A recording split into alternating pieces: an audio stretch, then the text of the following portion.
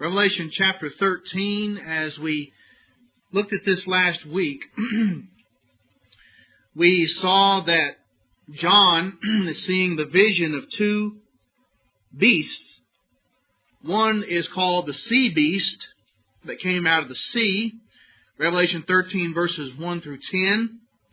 Then in verses 11 through 18, there is a land beast.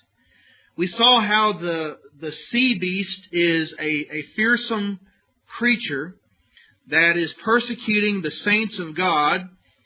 We compare that to the prophecy found in Daniel chapter 7, and it almost word for word parallels what Daniel saw some 500 plus years prior to John's day. And so you have God showing John the apostle something that is the fulfillment of what Daniel saw hundreds of years prior to John. And this entity would persecute, make war against the Christians and would prevail against them. And so we see that there. Now in verses 11 of chapter 13 through 18, we see another beast called the land beast, or it came up out of the earth or the land, and it had two horns like a lamb and spoke like a dragon. And notice how the dragon is behind both of these beasts. The dragon, who we saw in Revelation chapter 12, who is the devil. So both of these beasts, whatever they are, is a tool. They are tools of the devil. They're being used by Satan. And so they are persecuting God's people and causing them all kind of persecution and trouble. And the land beast, verse 12, he exercises all the authority of the first beast in his presence.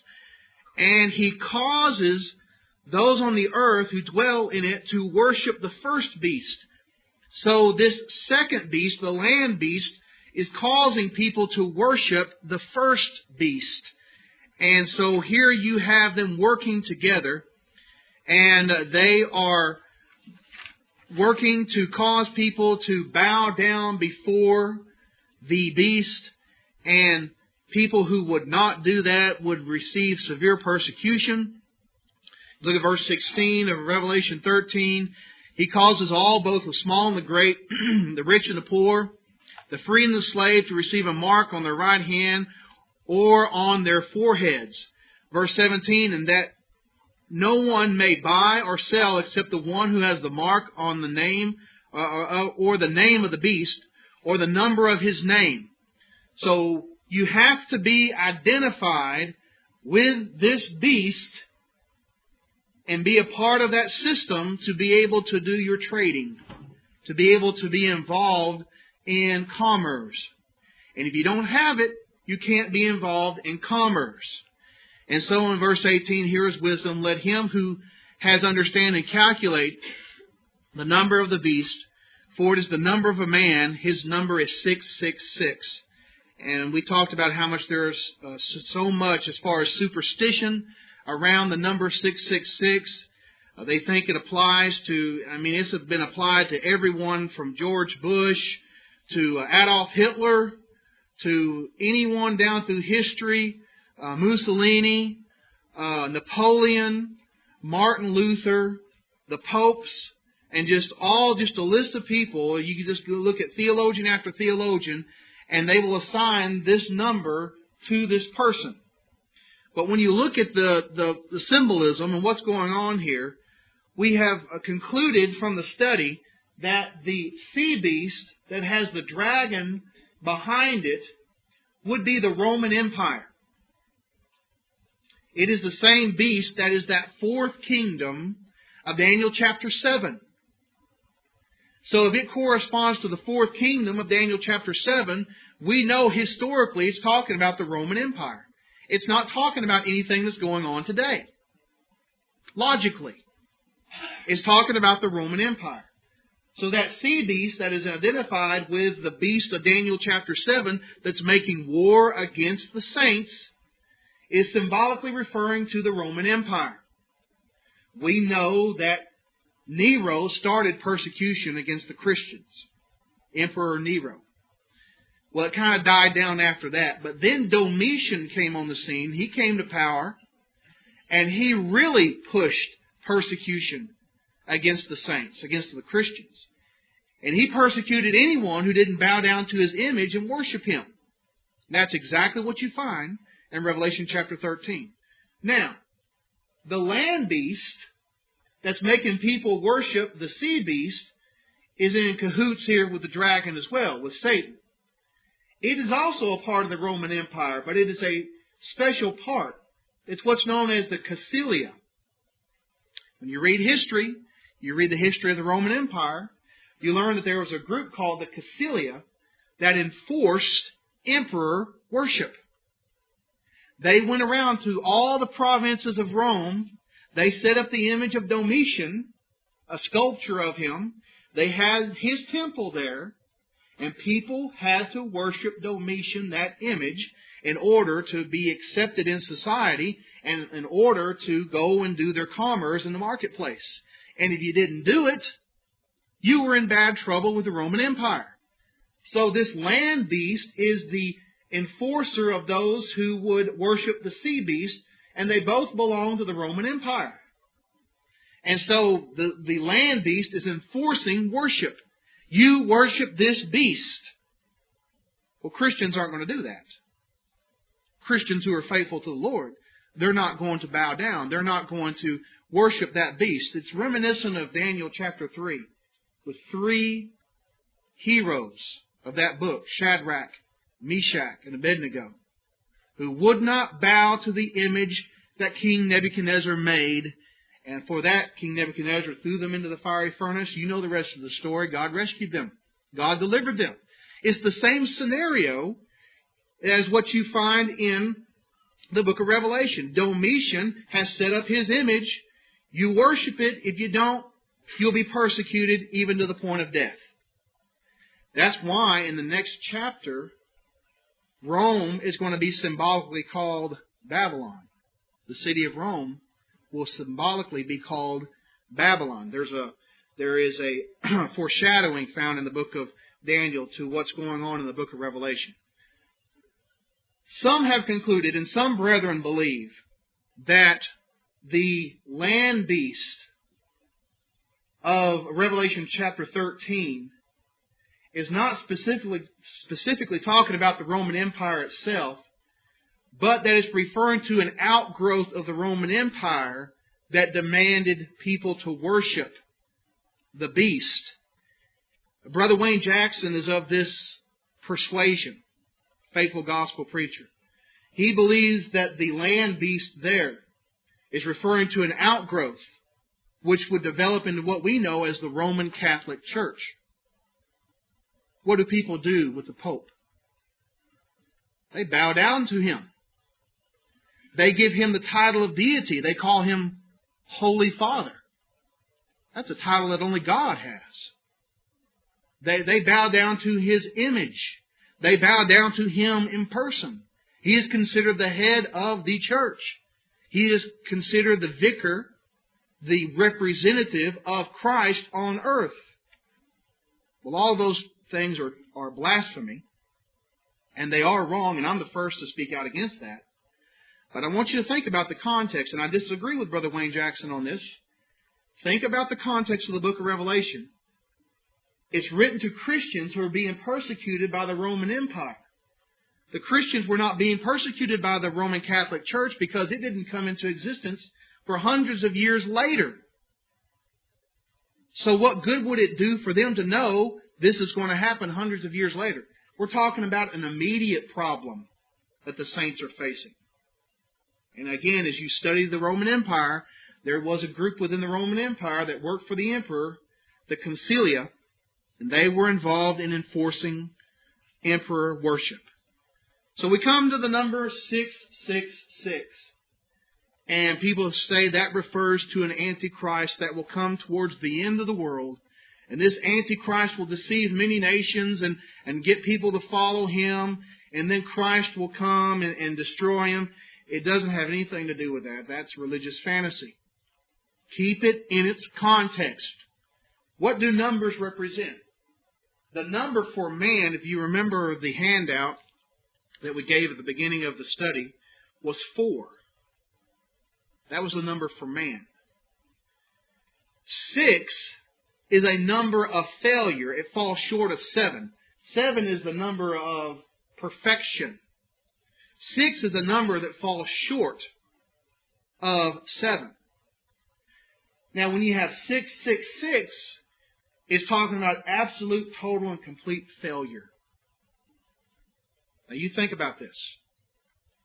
Domitian, and every emperor that thought in his way of thinking, saw himself as the exalted God of the Roman Empire. He had all this power, politically speaking. He had all of this glory as people worshipped him. He had all of this notoriety. He had all of these things going for him, yet, in the eyes of God, he was a complete failure. A complete and total failure. That's simply the point of 666. It doesn't have anything to do with microchips or barcodes or anything like that in our society. What good would that do first century Christians who are being persecuted to know that in the 20th and 21st century we're going to have barcodes? Wouldn't do any good. People take these passages out of their context and they sensationalize them by trying to apply them to every little event that happens in our society, in our world, and they sell a lot of books, and they make a lot of movies, and they make a lot of money, but they're not teaching the truth. So the 666 here refers to anyone that would exalt himself like Domitian did, but in his exaltation, just like Nebuchadnezzar exalted himself, Daniel chapter 3, by creating an image he wanted everyone to worship. And then in Daniel chapter 4, there was a vision that was given how that this tree was going to be cut down. It's talking about Nebuchadnezzar. He exalted himself, and God had to knock him down, make him like an animal for a little while. So it's a matter of absolute and total failure. No matter what man does for himself, exalting himself, he will be an absolute and total failure. But now let's talk about the winners. Look at Revelation chapter 14. When you look at Revelation 13, you see this ominous vision of the sea beast and the land beast. They're going after the saints. They're making war with the saints. It looks like the saints are going to be extinguished. They're going to go out of existence. They're going to cease to be. But we have Revelation chapter 14 to show that's just not so. That's not going to happen. Revelation chapter 14 and verse 1, we're going to go through and look at some things that we've already seen earlier in the chapter, or earlier in the book of Revelation. Then I looked, and behold, a Lamb standing on Mount Zion, with him 144,000, having his Father's name written on their foreheads. He saw a Lamb. Who's that? That's Christ. We were introduced to Christ as the Lamb in Revelation chapter 5. The Lamb that was slain. He was the only one that was worthy to open up and break open the scroll and unroll the scroll and fulfill its purposes. So behold the Lamb, or a Lamb, Christ, standing on Mount Zion with 144,000. That takes our minds back to chapter 7. Those who were sealed, the 144,000. That symbolic number that represented those who were faithful on earth, who would not bow down and worship the beast. Therefore, they did not receive that mark or that identifying activity on them as being a part of the wickedness of the Roman Empire. They were faithful. They were sealed by God because they belonged to God. They were not going to compromise. They were going to do His will. That's the 144,000. That's why it says, having His Father's name on their forehead. They're saying, in essence, I belong to the Father. Now, those who belong to the world, they had a mark as well. 666, they belonged to the Roman Empire. They belonged to Domitian. They're going to worship His image.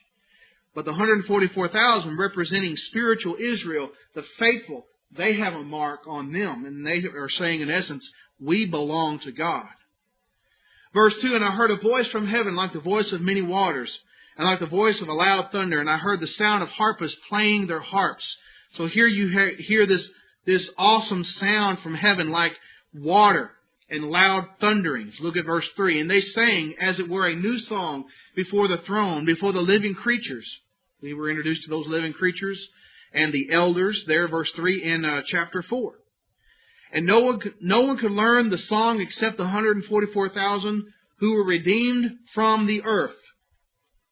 These are the ones who overcame.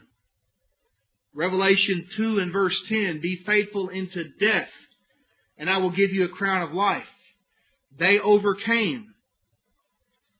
Verse 4, these are ones who were not defiled with women, for they are virgins. These are the ones who follow the Lamb wherever He goes. These were redeemed from among them, being the firstfruits of God into the Lamb. And in their mouth was found no deceit, for they are without fault before the throne of God. So here you have the redeemed. Now notice something here. The 144,000 are described in verse 4 of chapter 14. These are ones who were not defiled with women, and they are virgins. It's very interesting that the religious group that comes knocking at your door, the Jehovah's Witnesses, claim that the 144,000 is a literal number of those who are in their watchtower society who are going to go to heaven. You see, the one that comes to your door and knocks on your door, that person going door to door doesn't expect to go to heaven, according to their theology. They're looking for a renovated, refurbished earth at the end of time. That's why they will hand out literature that says you can live forever on earth, in a paradise on earth. They're not expecting to go to heaven. Because they say that it's 144,000, the number is already sealed. It's a literal number, and of course it's made up of only Jehovah's Witnesses. And they're going to be in heaven, and they're not going to get to go to heaven, but you can be in paradise on earth and live forever on earth. And they think that number is literal. Well, when you take them from chapter 7 to chapter 14, we're still talking about the 144,000. It says, these are the ones who were not defiled with women, for they are virgins. Are the 144,000 Jehovah's Witnesses that are supposed to go to heaven, are they virgins? No, some of them are married. Probably a lot of them are married. But they say, well, that's symbolic. The virgin part, that's symbolic. Well, wait a minute. How can you get the 144,000 that literal, and then the very next verse say, well, that's symbolic? You see, it's a misuse of Scripture. It's a total misuse of Scripture. The 144,000 is a symbolic number representing those, if you remember Revelation chapter 7, those that have been redeemed from the 12 tribes, 12,000 from each tribe. You come up with 144,000. It's symbolic. It's not a literal number. And it's referring to spiritual Israel, the church that has been faithful to God and have not bowed down to the image of the beast and worshipped Him. And they are pure. That's what verse 4 is referring to. It's symbolic language to depict purity. They are virgins. That depicts purity. That's not literal. These are ones who will follow the Lamb wherever He goes. They follow Christ wherever He goes. Jesus made it very clear in John chapter 10 that He is the good shepherd. He's the leader of the sheep. He says, my sheep hear my voice, and I know them, and they follow me, and I give them eternal life. They shall never perish. So the imagery here is they are following the Lamb. They're following Christ. Verse 4, these were redeemed from among men, being the first fruits of God and to the Lamb. The first fruits represent from Old Testament terminology, the first of a crop. The first of a crop. And so the Christians, the church, represents the first fruits to God and to the Lamb. Verse 5, and in their mouth there was found no deceit, for they are without fault before the throne of God. They've been redeemed. They've been forgiven. They're blameless. They've been cleansed by the blood of the Lamb. Revelation chapter 1 and verse 5. And they have become victorious over what you find in Revelation 13. They're victorious over all of this. Now, to get to the point of Revelation 14, 1 through 5, they had to go through all this. Persecution, hardship, death, the problems that they faced for being Christians. But they made it on the other side. Verse 6. Revelation 14 and verse 6. Then I saw another angel flying in the midst of heaven, having the everlasting gospel to preach to those who dwell on the earth, to every nation, tribe, tongue, and people, saying with a loud voice, Fear God and give glory to Him, for the hour of His judgment is come. And worship Him who made the heaven and the earth, and the sea, and the springs of water. So you have this angel flying in the midst of heaven. He has the everlasting gospel. That word simply means good news. Gospel means good news. The gospel is God's power to save, Romans chapter 1 and verse 16. So this message of salvation is to be preached to all who dwell on the earth. Every tribe, nation, tongue, and people is to be spread everywhere. That's what Jesus said, is it not, when He gave the Great Commission? Go into all the world, preach the gospel to every nation, to every creature. You preach this message to all people. And here is the essence of the message in verse 7. Saying with a loud voice, Fear God and give glory to Him, for the hour of His judgment is come, and worship Him who made the heavens, the heaven, the earth, the sea, and the springs of the sea. So you who are faithful, you who hear this gospel message, you don't worship the beast. You don't give in to that pressure. You worship God, the Creator of the heaven, the earth, the sea, and the springs of water. Verse 8, And another angel followed, saying, Babylon is fallen, the great city, because she has made all nations drink of the wine of the wrath of her fornication. Babylon? Why is he talking about Babylon all of a sudden? Well, Babylon is symbolic of the Roman city, the capital city of Rome, Rome itself. The capital city of the Roman Empire was Rome. And they were persecuting God's people just like Babylon persecuted God's people in the book of Daniel. Going back to what we said about Daniel chapter 3. Nebuchadnezzar set up an image, expected everyone to worship it. Shadrach, Meshach, and Abednego did not. They refused to. Therefore, they were punished and God delivered them. Well, the Roman Empire is doing basically the same thing. Domitian is putting up his image everywhere, and he wants people to worship it. And if you don't, you're persecuted. But the time of judgment for Babylon, for Rome, is coming. Babylon is fallen, the great city, because she has made all nations to drink of the wine of the wrath of her fornication. Fornication here is talking about symbolically referring to causing the people to worship someone other than God. Spiritual fornication. When you worship something other than God and do the things that are according to His will, that's spiritual fornication. You are cheating, as it were, on God. Because the church is the bride of Christ. And so, those who were involved in that have become drunk with the wine of the wrath of her fornication. In other words, the Roman Empire has intoxicated all of these people, duped them into worshiping Domitian. And so the warning is here. Judgment is coming upon Rome. Look at verse 9. Then a third angel followed them, saying with a loud voice, If anyone worship the beast in his image and receives his mark on his forehead or on his hand, verse 10, He himself shall also drink of the wine of the wrath of God, which is poured out full strength into the cup of his indignation. He shall be tormented with fire and brimstone in the presence of his angels and in the presence of the Lamb. Verse 11. And the smoke of their torment ascends forever and ever, and they have no rest day or night, who worship the beast and his image, and whoever receives the mark in his name, of his name. So here you have the doom pronounced upon the Roman Empire, upon the sea beast and the land beast, which represents Rome. Doom is coming.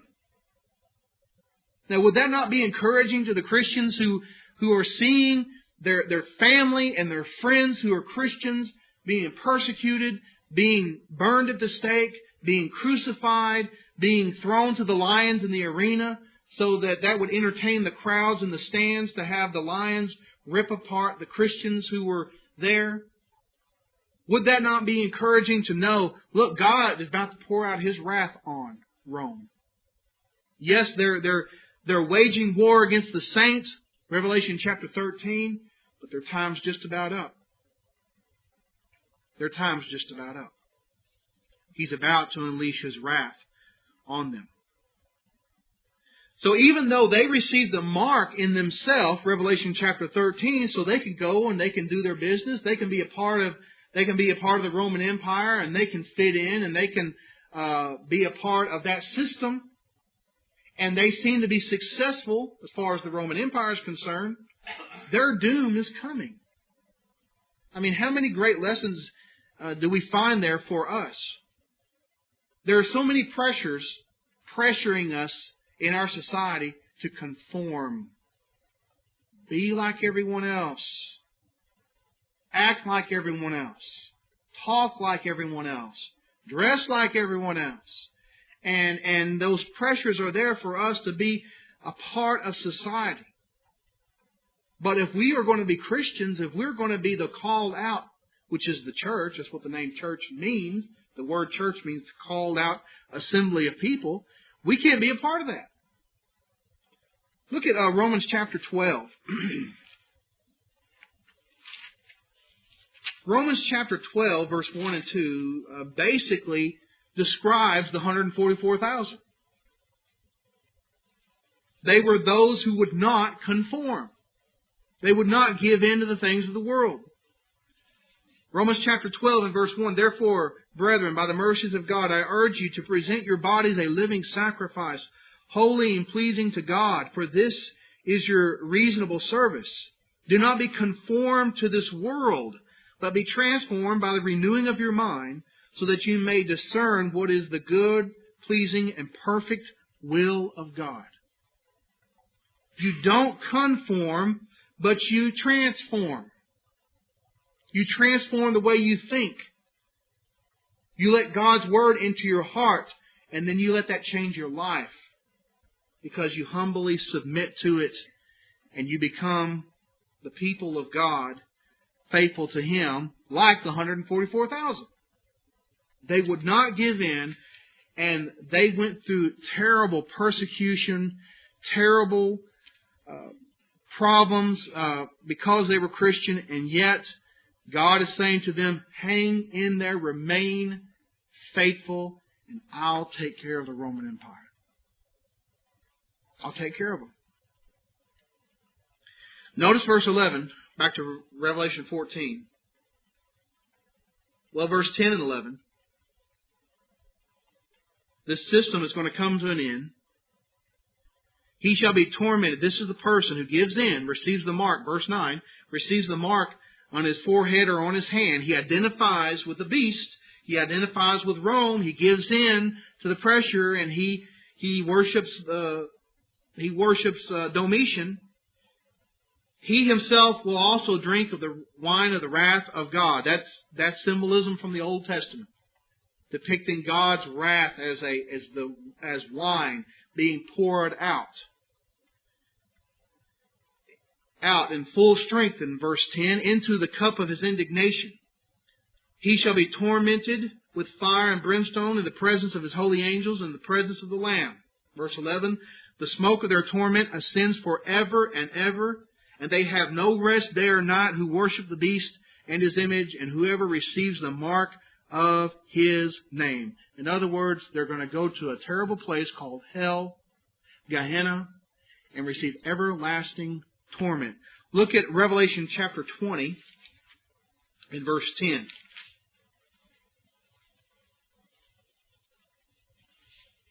Revelation 20 and verse 10 speaks of the demise, again, of those who follow the devil. And of course, the sea beast and the land beast are agents of the devil.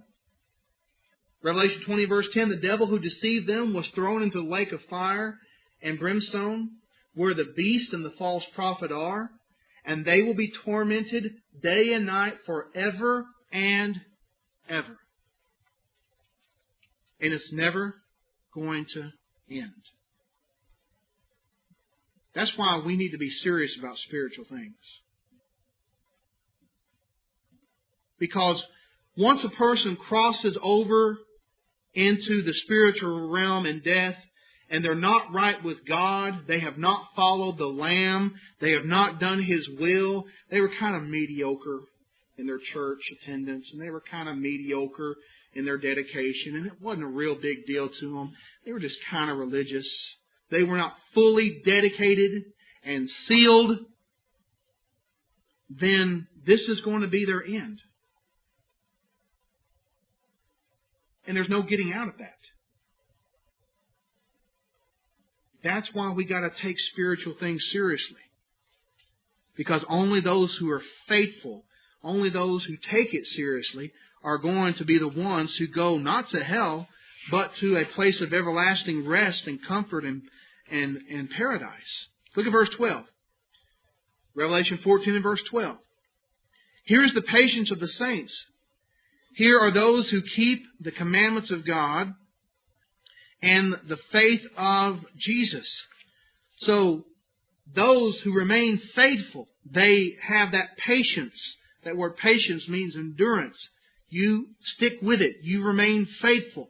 They keep the commandments of God and have the faith of Jesus. And so they have the same faith Jesus had. Jesus had a faith that obeyed. He kept God's commandments. Look at verse 13.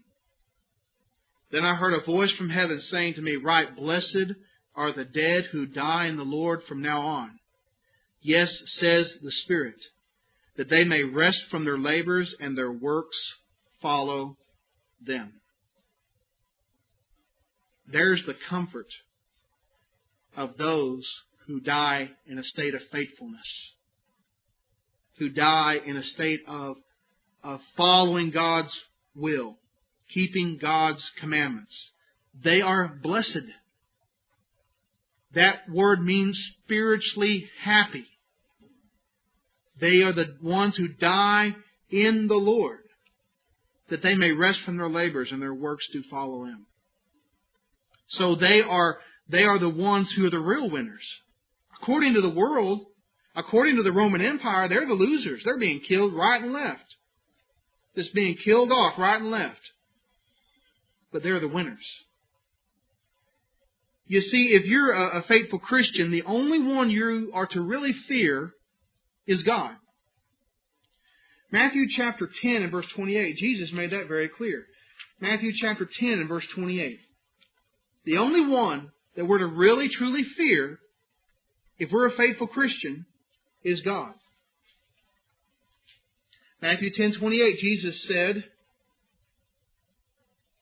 Don't fear those who kill the body, but are not able to kill the soul. Rather fear Him who is able to destroy both soul and body in hell.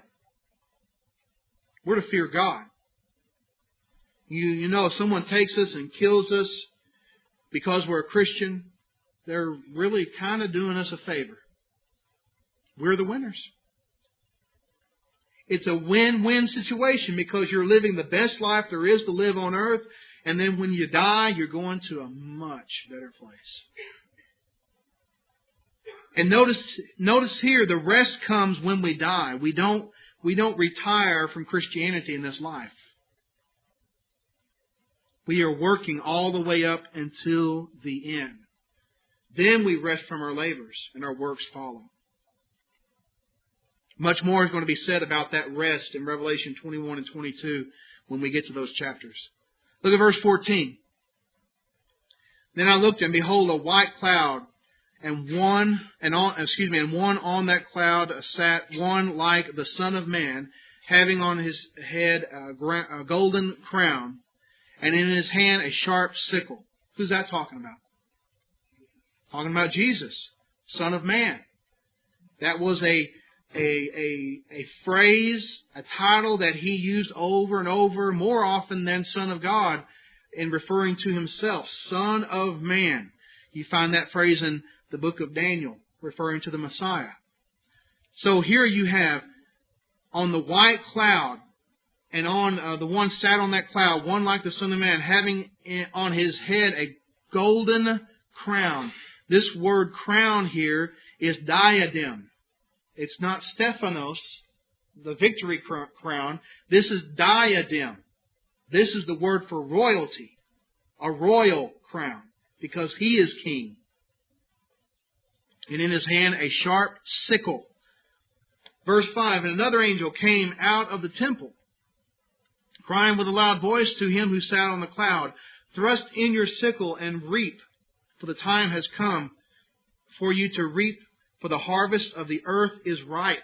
Verse 16, and he who sat on the cloud thrust in his sickle on the earth, and the earth was reaped. Verse 17, then another angel came out of the temple which is in heaven, he also having a sharp sickle.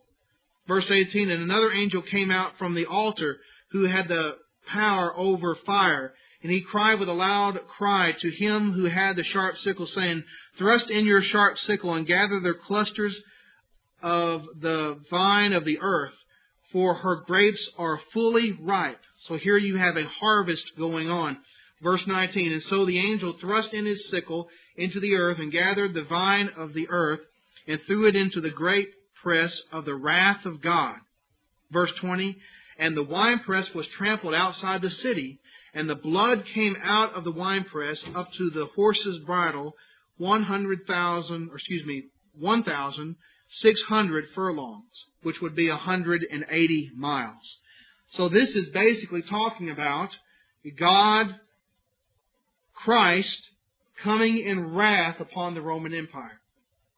Remember, it said earlier in the chapter, in chapter 14, that the one who was persecuting the saints and the one who would receive the mark would drink of his wrath. It's going to be poured out on him. Where here you have the thrusting into the sickle, the language here is this of the time has come, just like a harvest, the time has come for God's wrath to be poured out on the Roman Empire. Someone have a question or their hand up, or did I just see something? I guess I just saw something.